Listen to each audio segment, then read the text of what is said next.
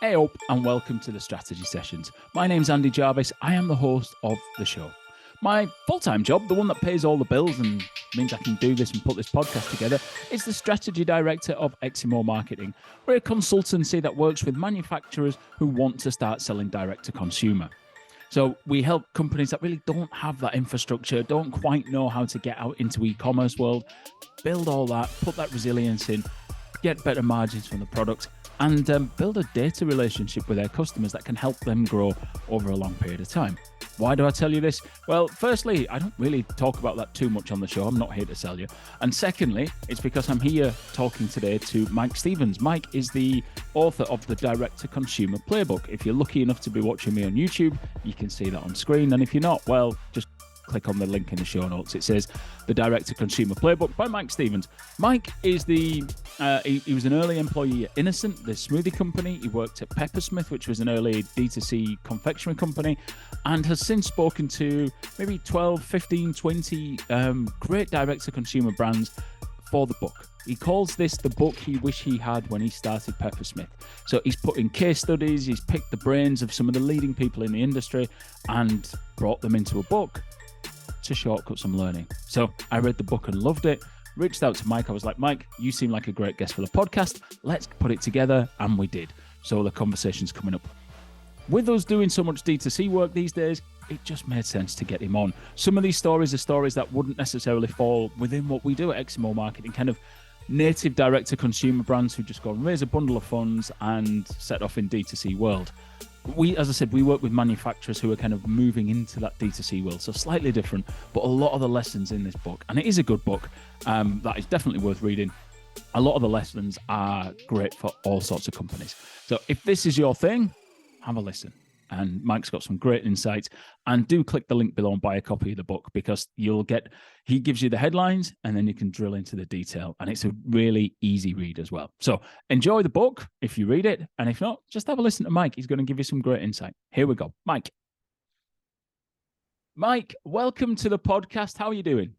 Yeah, I'm all right. Thanks. Yeah. Thanks for having me on. Brilliant. Well, listen, let's get straight into your story. Tell us a little bit about you and your background and why you're here talking to us today about your book, The Direct to Consumer Playbook, which if you're listening, you can't see me holding it up to the camera. Yeah. Well, great. I guess the best way to describe myself as consumer goods expert. I've been in sort of food and drink, consumer goods for the last 20 years or so. Probably the best place to start for me is that when I left university back in the end of the 1990s, before 2000s, that was in the days of sort of first dot-com bubble boom and all the stuff going on, and I really loved all that, and I wanted to set up my own business. It's like, look, I'm going to do my own thing. So sort of looked at different things, and then obviously we knew in 2001 it all went bang, and it was like, oh, this is not going to be as easy as I thought. But I was really lucky in the start of 2001 that one of my good buddies from school had started working for this weird little smoothie startup in Southwest London, and that happened to be Innocent Drinks. So I got in right early days, when it was just still a very, very scrappy little startup. And the reason I joined, I thought it'd be quite a fun business to get involved with, and with some fun people there. But the reason I joined is because it was a startup, and I thought, look, let's see what actually a startup's all about. What does it mean to start a business from nothing? How do you grow it? What do you need to learn? What do you need to do? So that's why I joined. And I guess I was just really lucky, because it also turned out to be, one of the most successful, fun startups for the last 30 years or so. So, that was a break, but I guess it was no accident I ended up working for a startup, because that's what I wanted to do. And I do recommend that to anyone now, anyone who thinks they want to start their own business. Go and find a startup to work for, because not only do you see what it's all about, but you also just work out, actually, is it you? Startups and being entrepreneurs, everyone likes the sound of it, likes the idea, but the reality is it's really hard. It's things don't really go to plan. There's no thing set up for you. You have to do everything yourself, and you have to get involved with absolutely everything. And you really that's not for some people. But for those it is, it's like, wow, it's a great place to learn, and then you can take all those lessons and then do it for yourself. So that's what I did. So I was at Innocent for 8 years. 6 of those I was running their operations, and then for the last 2 I went up to Scandinavia to launch the brand up there. And that was all thinking about, again, it's more, I was doing quite a lot for the business, of course, but I was I was learning a lot from that because I wanted to do my own thing. So it was in 2009 that I finally left after 8 years and set up Peppersmith, the natural healthy confectionery company, with a good friend of mine, Dan. We co-founded that business in 2009, and then I spent another 8 or 9 years running and growing that business. So I was CEO. So I guess it was my responsibility to grow the business. And again, from nothing to a brand that you could find, in lots of different places. It was mainly a retail brand. So in the UK, you can find it in Waitrose, in Boots, and WH Smith, and Holland and Barrett, Whole Foods Market, and a whole host of other places. And then, because we were doing it in sort of the 2010s, this other thing was starting to happen, and that was e-commerce and direct to consumer. So we started doing more and more direct to consumer at Peppersmith, and it was going quite well. And what was amazing about direct to consumer is that direct to consumer was growing, and we weren't really doing much for it. It seemed to just happen organically, and retail was actually really bloody hard. I mean, retailers, you hear all the stories about the supermarkets. They're absolutely true. In fact, it's probably even worse than you can imagine. It's tough working with the retailers, but D2C seems to be a great thing because people just wanted to buy products from us. We could get to know them. We were in control of pricing, was in control of promotions. We could do whatever we wanted with the products. We could do all the things that we wanted to do and give our customers a great experience. So we love D2C. But one thing what happened, so this was probably, decided to do more and more D2C about 2014, 2015. One of the things that amazed me is that while I guess direct to consumer was quite new, it wasn't that new, and everybody seemed to be trying to figure it out. However, there was very little best practice out there. There was no book you could buy to tell you how to do it. So what I ended up doing was, talking to, the rest of my sort of founder peer group, anyone else who I knew had a consumer business. It's like, what are you doing with D2C? And pretty much the same answer was from everyone was, well, we're doing it, but we're sort of just, we're learning on the job. We're just trying to figure this out. It's like, yeah, so are we. And it really, really did surprise me that there wasn't more best practice knowledge out there. So I really wanted to buy the book, which told you, as a brand, this is the best way to do e-commerce and D2C. But in the years we were doing it from Peppersmith, right until I ended up selling the business in 2018, the book still wasn't written. So what happened was, after I ended up selling Peppersmith in 2018 after 8 years of growing it and making it a success. I worked for the company for another year, and this took me to 2019.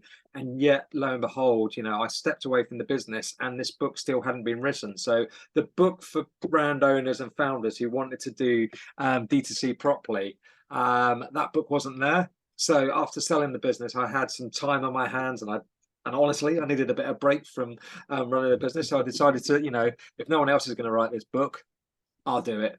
So then I spent the next 2 years interviewing all the best founders of the best D2C companies I could find, from like Huel, Graze, Bloom and Wild, Casper, newer brands like Lick and Heights. I just, reached out to all these people. I mean, Mike, there's some tremendous name dropping going on there, right? It's this is a who's who of the D2C glitterati you've just kind of name dropped in there. Yeah, I tried to get the best. I mean, there's some that I didn't get. Go on, name some names. Who turned you down? Gymshark. So never liked Jim. Terrible guy. Yeah, Jim from Gymshark. Yeah, well, yeah, no, but the Gymshark I really want to get, but I didn't get them. Who else? Allbirds, in the US. I wanted to hear their story. They were just doing their IPO at the time, so they said they couldn't do it.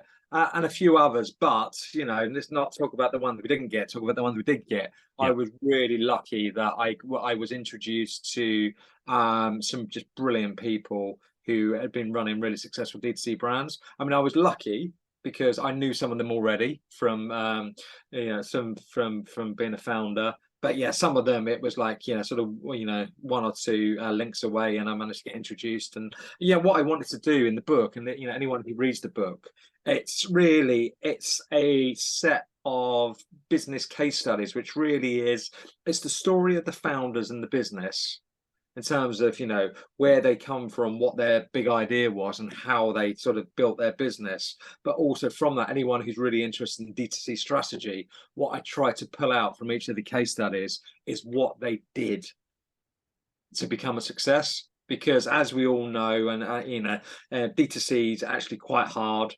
It's really hard to be a successful D2C business. It's hard to get scale. It's hard to get profit. Competition is really there's lots of it out there. You get lots of naysayers. I know you had Mark Ritson on this podcast who just hates D2C. So, I think and if you've got this on without earphones and you've got children or grandparents listening, just you might want to plug some earphones in quite quickly. I think Ritson's turn of phrase was direct to consumer. Load of fucking bollocks, Andy. Direct to consumer, my ass. What a load of bollocks. So I think that's an exact quote. It's something like that anyway. Yeah, I mean, I don't really get it. I mean, Mark he's a brilliant marketeer and strategist. So I don't quite understand why he doesn't see what D2C is. I think he focuses on the fact that it's hard, so lots of businesses fail. And he focuses on what it isn't. But what D2C enables you to do, it enables you to connect directly with your end customer and find great ways to communicate what your product and service can bring to them.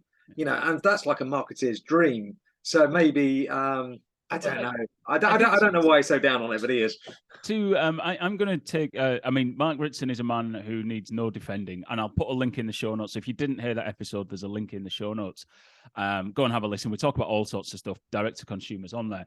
I think to also criticize and at the same time defend Mark. So in terms of his a criticism of Mark, I would say that Ritson spends his life working with monster Goliath companies, right, who are huge global businesses, mainly stuff. He talks about his work he's done with LVMH and all sorts of brands that we've probably all heard of. So when he taught, we all see the world through the vantage point that we're looking at it from. And when Mark talks about direct to consumer, I'm pretty certain he only really talks about like the top 2% of D2C brands, the ones whose names just roll off your tongue, the Warby Parkers, Allbirds, Caspers, and people like that.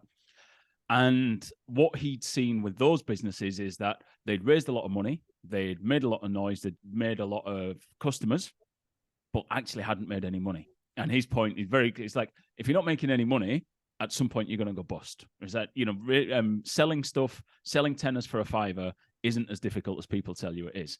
So I think that's his point. But I think as a criticism, he's looking at it from a very myopic view of, look, these are the kind of top couple of percent. There's a lot of case studies in your book of businesses that have started D2C and grown to 2, 10, 20, 50, 100 million in recurring revenue. And they're doing really well and making money. So, you look at that little bit of people who've raised Series A, B, C, D funding, but are still losing. And yeah, you might criticize it. In Mark's defense, I think one of the things he talks about a little bit is that we're giving a name to something that already exists. And there are many brands as the D2C is evolving, and this is something I want to touch on over time, like Nike are getting into direct to consumer. And he's like, it's not direct to consumer, it's just omnichannel. It's always been there. You're just reaching customers a different way. You've got retail stores, you've got wholesalers, you've got whatever. It's not different. So I think he's looking at a small subset, is what I would say. But he, like I say, he's a man who needs no defense, and you could probably have that argument with him yourself on LinkedIn. Yeah, I remember when we first got on his soapbox about it. This was actually pre-pandemic. In Marketing Week, he wrote a big piece, and I I was just starting the book actually, and I was like, oh, this doesn't make sense to me. So I wrote a riposte, and you find it on my website and the blog if you want to read it.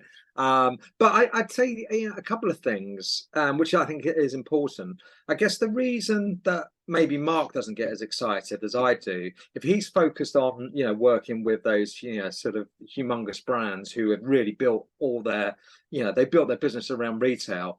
D2C is probably a distraction for him. But for me, I come from the startup world. I surround myself with founders and entrepreneurs. People are trying to do new things and set things up from nothing. And I find D2C so exciting. I mean, not only now there's the technology and the infrastructure available where anyone can start any brand from anywhere.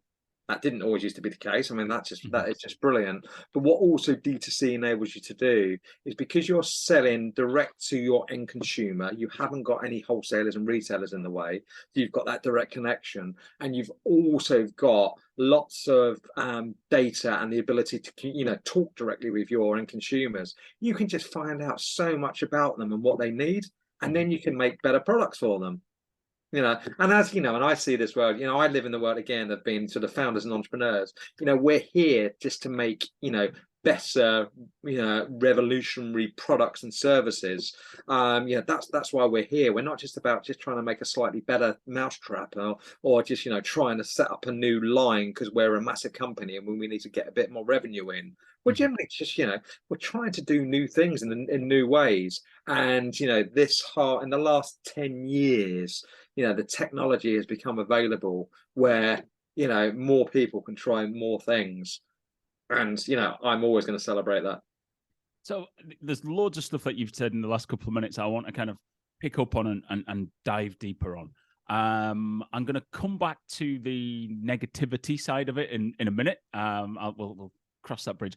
But you used the phrase there that you used in the book about, are we just trying to build a better mousetrap? Are we trying to innovate and disrupt sectors and things like that? And is this about the journey that D2C's gone on, where the initial companies, like I genuinely, having bought a mattress about 2 years before I'd even heard of Casper, and that experience of delivery charges, strapping it to the top of the car, trying to kick it into the back and fold it, the whole thing was a disaster. It was an awful experience from beginning to end. And then you start to see these people delivering mattresses on bikes in New York, and you're like, my brain can't even compute how you deliver a mattress on a bike, and they were doing it. So this sort of approach of D2C isn't just about building a better mousetrap; it's about complete innovation and doing things hugely differently. Has that kind of waned a little bit now as the industry is maturing, really, and we're talking about just people launching maybe just slightly derivative products, but it's more the business model that's different?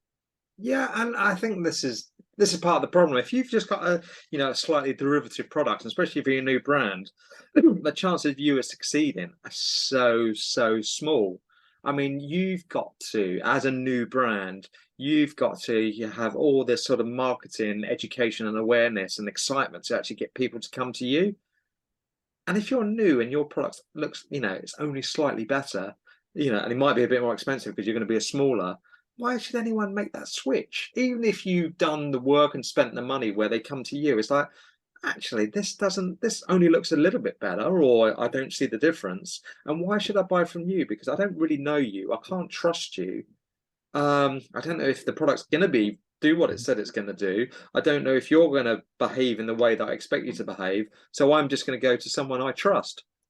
So that is the problem of just doing something slightly better. And one of the case studies in the book was a guy called Oliver Bridge, who set up Cornerstone, who was one of the first real big sort of D2C successes in the UK. And he, right early on, he saw what Dollar Shave Club were doing in the US and thought, that's a really good opportunity for UK and Europe. So he was the first one to do it here.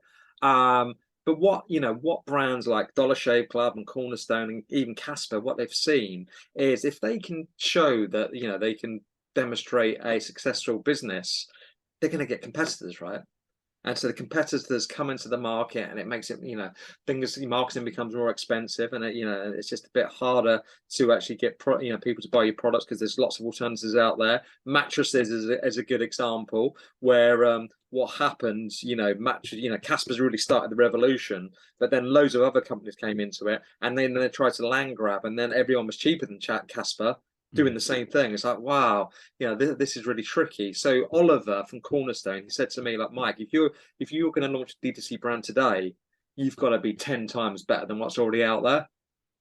And that just means actually that's you've got to be significantly better in terms of quality, service, or price, or then probably revolutionary in what you do. And if you do those things, that's going to mean that you've got, well, so long as people want it, you've got a chance to succeed. But if you just do the same thing as everyone else, I mean, as an entrepreneur, I just find that's really boring. Why bother?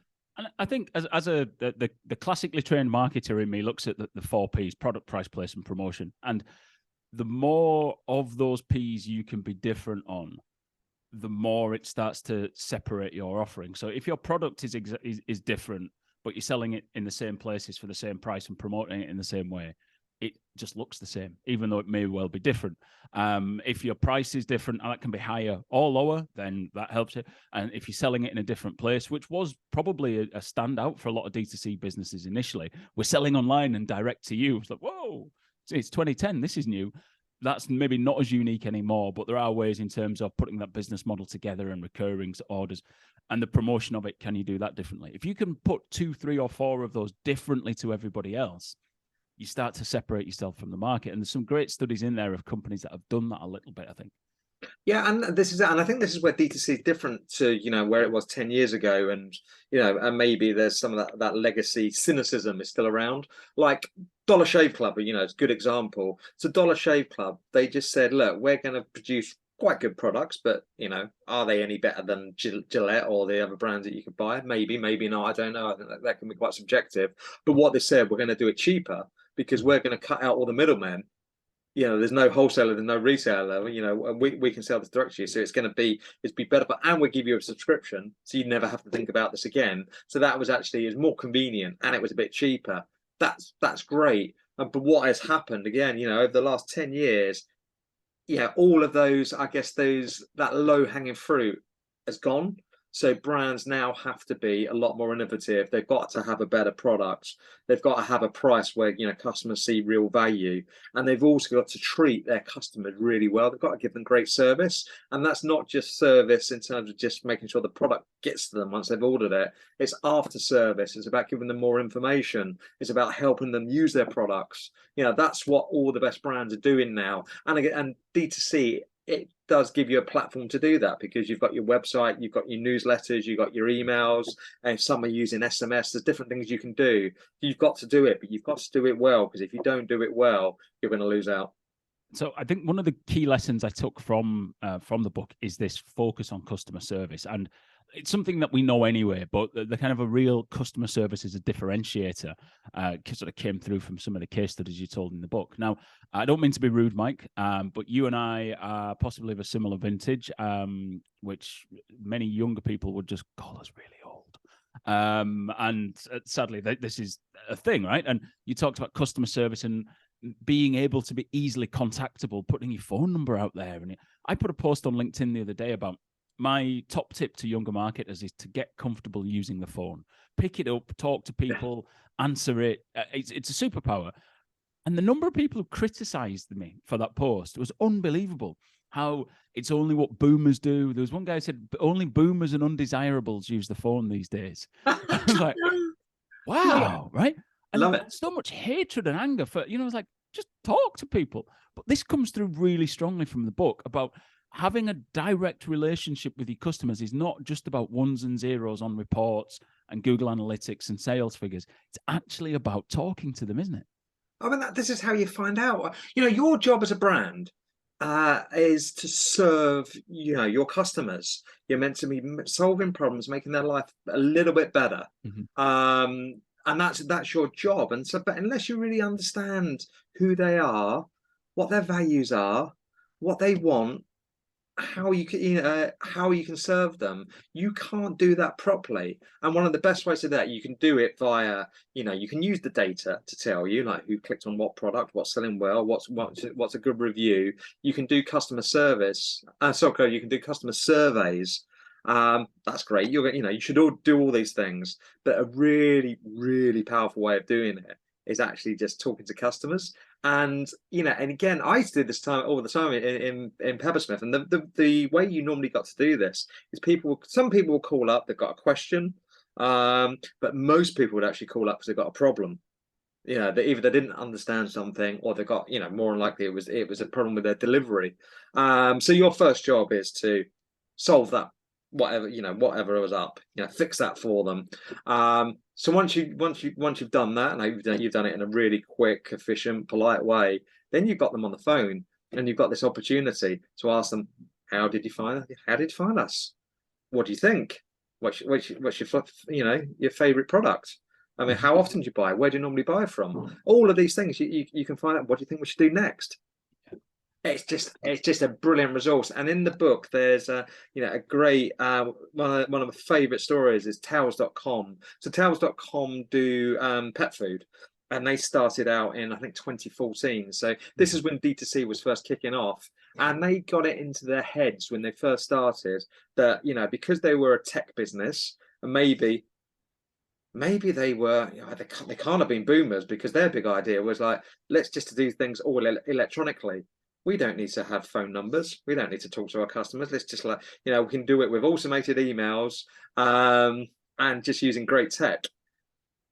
That business nearly failed within 6 months. He got to the point where they had that meeting with with their board and investors, like, shall we carry on, because the numbers look really horrific. If we continue, we're going to run out of runway, and then it's game over.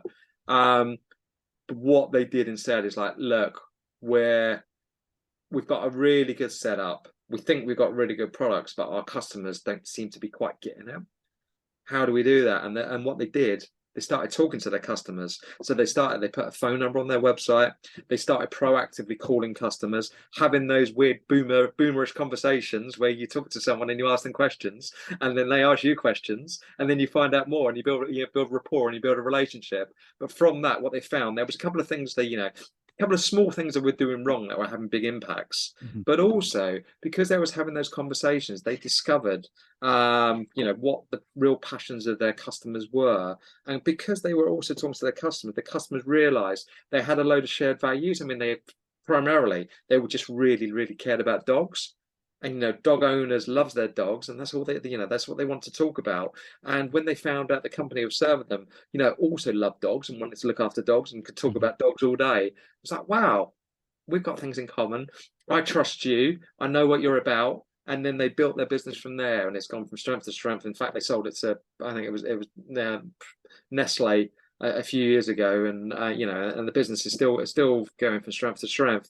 But they could not have succeeded without having those direct conversations with their customers to find out what was up and what do those customers need. I think, as well as being really old, you and I both share an allergic reaction to dogs as something that we have in common. You mentioned that in the book, and I can't think of anything worse than working at Tails.com, because I just spent my whole life sneezing. But you mentioned that you used to do this at Innocent, where I think there's a lovely line you use about, yes, it can be a little bit of a distraction to the day-to-day, but how important is it just to lift when the phone rings, everyone in the organization was told to answer it. Yeah. And that sort of approach to, it doesn't matter what your job is talking to the customers. It just puts the customer right at the heart of the organization, doesn't it? Yeah, I mean, it's great. I mean, it's brilliant to just talk to the customers. I mean, it's actually, it is a distraction, because sometimes you got your head down and you just want to get on with stuff. You got deadlines and all the things that you have in every business. But when that phone rings and you talk to the customer, it's a reminder of what you're all about. You're all about just making products for these people, and and you just have all sorts of conversations, and it's fantastic. It's something I learned very early on at Innocent, and that goes through all of the businesses that I've ever worked with, and it does make me cringe now. And I think this is where a lot of D2C and actually brands in general get wrong, when they outsource their customer service team. It's Your so call is important to us. Please wait for another hour. Oh, and then you get someone on the end of the line who just hasn't got a clue. They read from a script, and they can't really help you out, and they certainly can't, they can't add more than, maybe just solving that initial problem, like where the hell is my delivery. All those brands miss out on all that's such rich interaction, but also they're not building relationships, and they're not building trust, they're not building credibility. It's such an own goal. And this is where brand is important and misunderstood. People think, well, we've got a brand, we have a logo, our branding is strong, and we do brand advertising, therefore we've got a strong brand. Every touch point of the customer with you is your brand, and those bits start to fall down. I love the Ritz-Carlton approach, where I think everyone who works for Ritz-Carlton has a budget of solving customer problems. If you go with a problem, whether it's to the doorman, the receptionist, or the cleaner, they can solve that problem up to a certain value without having to go and get anyone else's approval. Yeah. And they trust their staff to do that. And it's like, if you don't trust your staff to do that, why do you trust them to have a job anyway? I just think it's such a simple way of approaching it, but so complicated for so many companies. But that's that's where you're there. You're there to solve problems. That's the job. What brand you miss out on a brand? You mentioned it's like people think they've got a brand because they've got a nice website and a nice logo, and sometimes they put some posts up on Insta or do whatever. But a brand is all about, this is the way you communicate.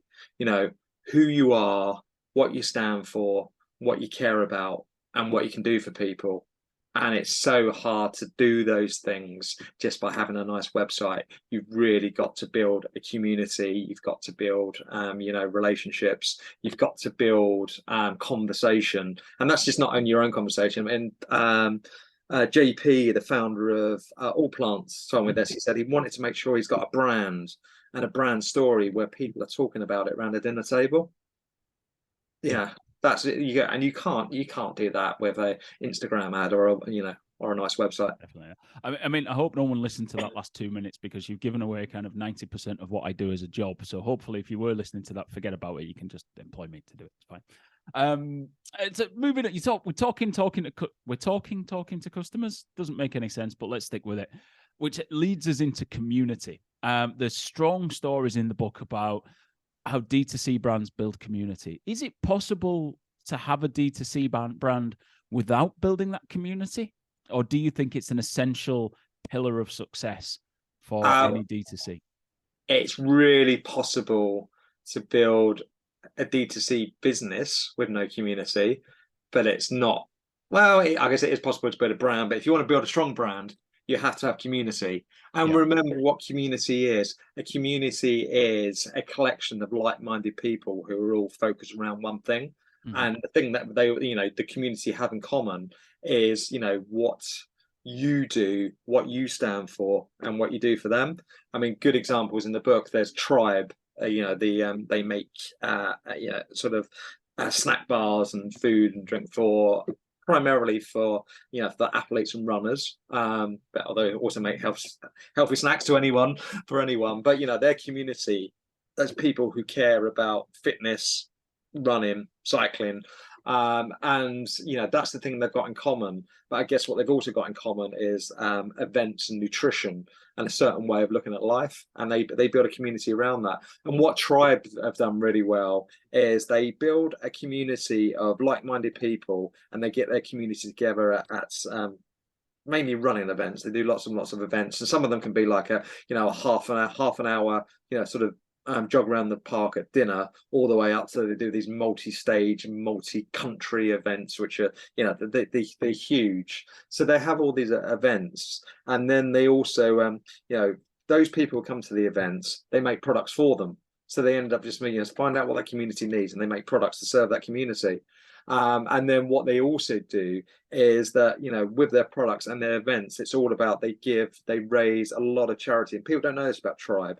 Their main reason for existing is to for their foundational charity, which is all about eradicating modern slavery.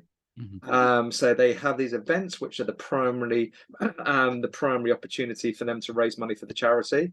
And then all the people come to the events they make products for, and then they use the money they make from the products to create more events. So we call it like this flywheel effect, and it just builds and builds the business. So you've got the charity, you've got what they're into, which is running and fitness, and then you've got the products.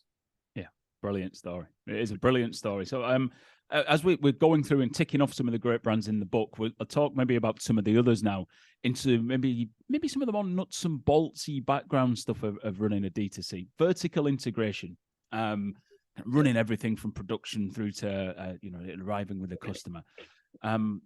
It is an important part for a lot of the stories in the book. It's a difficult thing to do, though. There's a reason why for years, and even now, lots of companies just specialize in doing one bit of that value chain. How important is it then to D2C businesses to be in control of everything from sort of cradle to grave, for want of a better phrase? And how difficult does that make it for new businesses? I mean, it like all things, it depends. I mean, what vertically integrated businesses, it just gives them complete control. And this is really important if you're doing something brand new. So if you're doing something way different from everyone else, you cannot just go and find a factory to do it for you, because it just doesn't exist. I mean, the very first example I saw of this was actually Graze.com back in sort of 2010. So Graze started at a very similar time to Peppersmith, and there was, and they were down the road, and I knew some of the people there. And it was just such an eye-opener to me that they were doing things in such a different way to how we were approaching things at Peppersmith. And the things we were doing at Peppersmith was very similar to the things we did at Innocent. So, I guess that was an older business model. So we were finding suppliers to make products, and we were putting our efforts into making products and then selling them to retailers. Whereas Graze was like, nope, we're going to build our own factory, we're going to make our own products, and we're going to ship them directly to the end consumer. It's like, wow, that seems like, okay, I sort of get the direct to consumer bit, because that seems like a good way of just getting products from A to B. But why aren't you using a factory? I was like, well, mate, we can't use a factory because no one does things in the way we want to do it. So they had to do it all from scratch, and it was like only 2 years later, when that business had hit 50 million. I think I don't know if we'd even got to our first million at that stage. It's like, ooh, wow, maybe that was the right way to do it. But what it means for any businesses who are looking to have this strategy where they're doing everything, it takes a lot of infrastructure. You need big funding to do it. I mean, All Plants is a great example. They got all their own kit. They're making all their food from scratch. And it just, knowing their story, they've gone through so many kitchens and warehouses over the years. It's been really difficult for them because they can't just buy, we're going to build a factory that's going to serve us for the next 10 years, because they don't quite know what the demand is. And they certainly can't afford that infrastructure. They've got to do it bit by bit by bit. And I guess their infrastructure has to grow with their demand and their business. Whereas if you're outsourcing, the great bit about outsourcing is that you've got full flexibility. If you need more, you can ask for more, and if you need less, you just ask for less, and that's it. And you don't get that if you're vertically integrated. But what vertically integrated gives you is complete control, and for a lot of offers, that is absolutely essential. Yeah. And I think there's a huge capital investment, isn't there? You mentioned Graze, and one of their founders had just exited somewhere and had Love Film. connections. Yeah, Love Film. So I mean, they had a huge success with Love Film, and then they took the idea of they were delivering. It was that sort of pre-Netflix age where you were delivering DVDs through the post. Great service. No late fees ever. I still remember the strapline. Yeah, it was great. As opposed to going to Blockbusters, which was good and bad. So there was that, and then they thought, right, why don't we use that model but do it with snacks instead? I mean, that was pretty radical. And one of the things, one of the real lessons from that was actually, it's the sort of thing, if they were food and drink experts, they would have thought that's a stupid idea. But because they were outsiders, they were just able to apply what they did with DVDs for food, and it completely worked.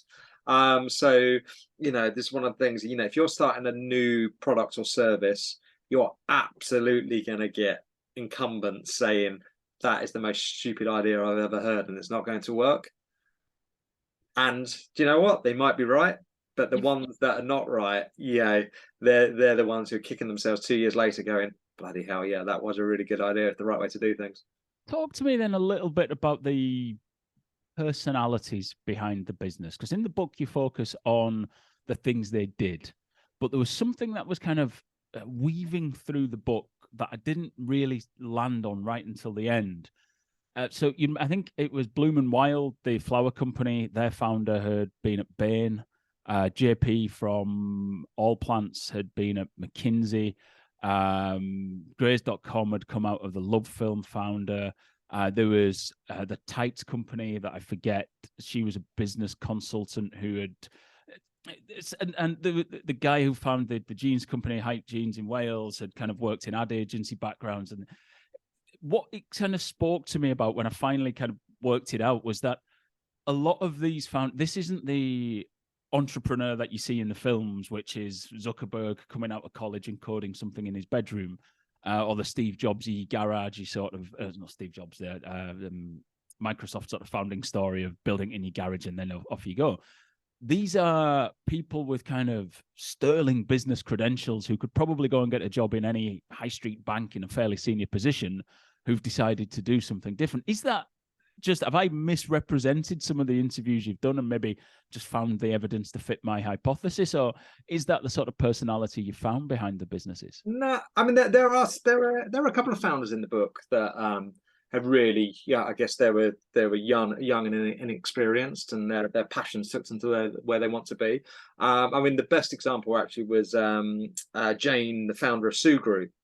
She was an art student who came across this. She invented this amazing product, which if you don't know Sugru, it's like a moldable plasticine that sets overnight. It's really handy for making and repairing.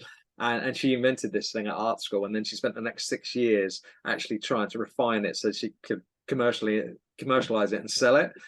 She was a great example of someone without a business background who made a success. But you're right. For most of the founders, they have done stuff before. Either they've had their own businesses before. You mentioned David Hyatt from Hyatt Denim. He was the founder of Howie's out, and he did that coming out of that agency. There was Graham at Graves. Yeah, the Casper team had come out. The Casper team, where the main drink company as well, Ugly Drinks, who'd worked at Coca Vita and Vita. Well, I guess that's industry experience, but a lot of the founders, I guess one of the points I'm going to make is that a lot of the founders have actually started they've had more than one business, and those who hadn't, they've been quite successful in whatever field they're in. And the reason that that comes through the book is because, again, running businesses is really hard. Having successful brands is really hard. Having the networks to solve all the problems that you need to solve to make things a success, that takes a lot, and it's very, very hard to do that. Just with no industry expertise. So most of the founders, they've learned their lessons. And all the founders, they're still learning, but I guess they get better and better at their job each day they do it. So there is, again, it really helps. And this is why I go back to the start of this interview. I mean, what I knew when I wanted to start my own company, it was probably a really good idea to work for another startup so I could learn. Yeah, and and my plan actually, when I joined Innocent, I wanted to be there for 2 or 3 years. Get that experience and then go off and do your own thing. Yeah, yep. I ended up being there for 8 because it was just such a brilliant company to work for, and I was learning so much. So I mean, I think that's what you got. So all these founders, they've got a real thirst for knowledge. They want to learn and they want to be better. But one thing that really came through the book, and I talk about this in the summary, is they have a real passion to make products and to serve. They're not entrepreneurs who just see a gap in the market and they're like, oh, we're going to exploit that gap. They're actually people who really care about their craft, what they do, and what it means to their own customer. And that's probably why they're also so good at customer service, because it just comes naturally to them. Yeah. So let's get miserable about this for a minute. Okay, there are challenges out there at the minute. We're coming into a recession, but everyone's facing that recession. But there are a couple of things that are happening in the market at the minute which are making D2C look like a bigger hill to climb than maybe some other industries are facing. So you talk about this in the book, the rising ad costs on digital. It used to be you'd throw some money at digital, customer acquisition costs were low, great. For various reasons, declining use on Facebook products and more advertisers coming into digital, prices are skyrocketing there. You talked about the technology used to be a huge barrier, but you had to work out when you started Peppersmith how to cobble different bits of systems together. Now, by the time you've listened to this podcast, you could build your website, have most of everything built while you're listening to us talking, and launch in an hour. what that also means is that barriers to entry for this have just fallen ridiculously. Everything that makes it attractive for you to just start up your own business looks that way for everyone else as well. So you've got rising competition, rising cost of customer acquisition, and all the big companies are now looking at direct to consumer and thinking, why don't we do this? We can make better margins and have a data relationship. I mentioned Nike. I think they make something like 40% better margin by selling direct than selling through a retailer. So you've now got the biggest companies in the world moving into your direct to consumer, selling people, is this now just a huge mountain to climb that is going to see direct to consumer confined to a footnote in history of like the second .com boom? No, this is this is just how it's always been. I mean, there was anyone who wants to make a product and set up a brand, build a business, they have to fight for their space. There was a brief moment in time about 10 years ago, and you said when Facebook ads were cheap and there wasn't so much competition out there, you could be a Dollar Shave Club and do something not that radical, but you can make a real success out of it. Those days have gone. Let's get over that, but let's just focus on all the things that people have been focused on ever since they've been making products and services, which is making sure that you've got a better product that solves a real problem, and you can deliver that to your customers at a price that they find acceptable. That's your job, and that is no different now than it was 10 years ago, 50 years ago, 100 years ago. So it is really hard to build brands and build businesses. There are advantages with D2C, as we said, the low barriers of entry, so you can get a product out there, you can test it, you can see, what people think of it. That's easier than ever. But if you want to build, a big sustainable business where you're turning over, you need to be into the millions to make it really viable. Yes, there's lots of competition out there, but if you've got a product that serves a need that no one else is, and you care more about it than anyone else, there's a good chance that you can still succeed. Yeah. I don't want to just make this a Ritson podcast, but I'm going to ask the question anyway, because when you said Dollar Shave Club, that's one of the examples I think he gives, is that Dollar Shave Club, we talked about being a success and they exited having sold to Unilever for a frighteningly big number. But am I right in thinking they never made any profit throughout the whole time? And when Unilever bought them, still haven't made a profit since then? Yeah, and you know what? I don't know all the numbers for Dollar Shave Club. The numbers I do know about is for Casper, who a similar vintage and similar size and similar renown. They made profit at the beginning of their journey, and that's because they just had such a great business model and a great brand, and they were making profit. And then all of a sudden, all the competition piled in. Some of them were undercutting them on prices, and there was just a lot more to choose from, and it meant all of a sudden they were having to spend all of their money on marketing just to stay alive, and that meant that they didn't make any profit. And this is why when they launched they did their IPO and launched on Wall Street, the stock market didn't like them very much, and people like Mark Ritson could definitely say this is a load of crap, because here's a business that thinks is big and successful and they never make any money. So there is a bit of that, and I think what the problem is that the D2C landscape changed so quickly. It was very hard for lots of businesses to react. I don't know if you remember them, but there was a great business, well, they're still around now, but in a different guise, called Mojave, who made slippers, and they sold lots of them by doing Facebook ads, and they were a real success for a really brief period of time. And then they lost money and they went into administration, and it got really ugly. But all of that story, that timeline from start, so this is absolutely amazing and brilliant, so actually this is a disaster and we're dead, that was over about 2 or 3 years.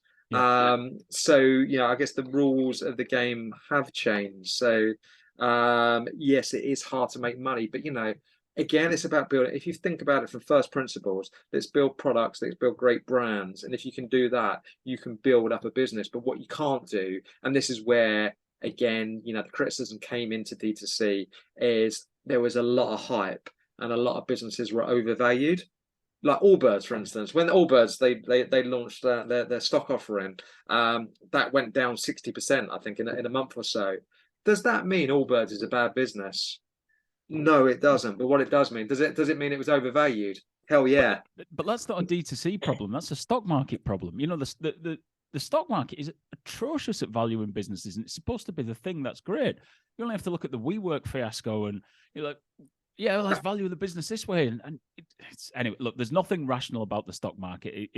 There's all sorts of studies done about how irrational people's buying and selling motivation is on the stock market. So anyway, that's a podcast for another day. But it's the same. It's the same with like VCs and investors. A few years ago, VCs and investors were throwing money at D2C, thinking it was the next big thing. Actually, they're a lot more circumspect. It's like, ooh, show me your products, show me your route to market, show me your growth plan, show me your business model, and then if you're really lucky, I might take a small punt. It's I guess it's changed, but again, there's still lots of opportunity out there. Just know going into it, it's not going to be easy. But D2C, just go back to why D2C is important. D2C is a really important platform for learning about what your customer needs and making better and better products. So you are crazy as a brand not to embrace it. Absolutely. Now, I have a quick question I want to ask about advertising. We touched briefly on the rising digital ad costs, and there's two different views of traditional ads in the book. Hewell, the founder there, was a bit like, we tried some traditional ads and it was a complete waste of time. Casper found it a really great way to kind of protect their brand and their price point when they launched, when they were getting hammered by competitors by using some more traditional ads. I'm sure the answer is a little bit, it depends, but do you have a view from your experience of when brands should sort of move into more traditional advertising space?